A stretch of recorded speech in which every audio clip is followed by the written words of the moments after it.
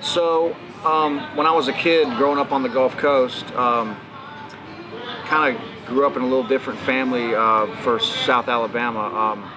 I grew up in a geodesic dome home that my dad built from scratch, and they were extremely loving, kind parents, still are to this day.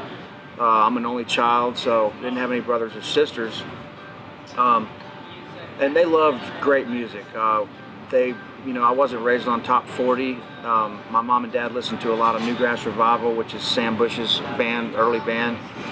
And so Sam Bush, Bela Fleck, Jerry Douglas, Tony Rice, these were all household names for me.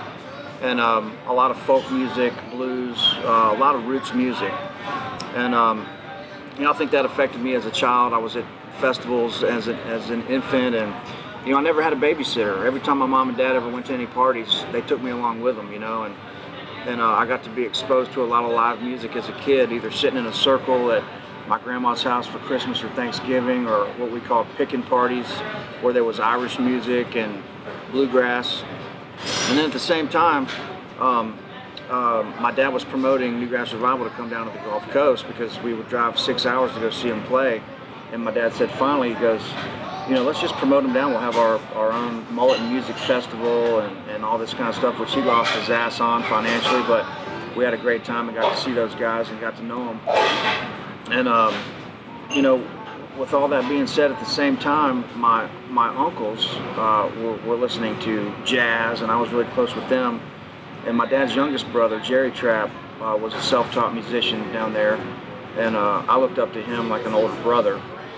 And after school every day, I was a terrible student, never paid attention in school, but after school I would hang with Jerry and we'd play music, and I would noodle around on the electric guitar in his bedroom with the record player, and listen to the Allman Brothers and Sonny Terry, Brownie McGee, Mark Knopfler and Dire Straits.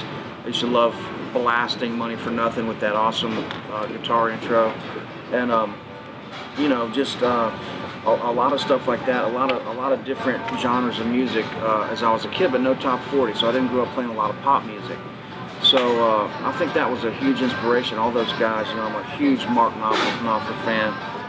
All the Ry Cooder stuff I love to death. All the Tony Rice early records, David Grisman, all that real new acoustic music, Bela Fleck and the Flecktones I loved.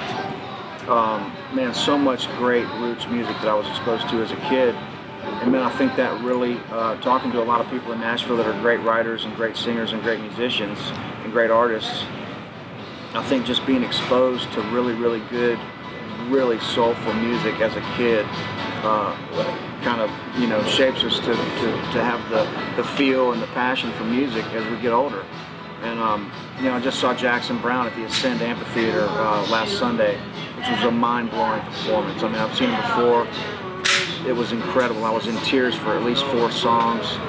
It was unbelievable, man. Just somebody like that that's so soulful.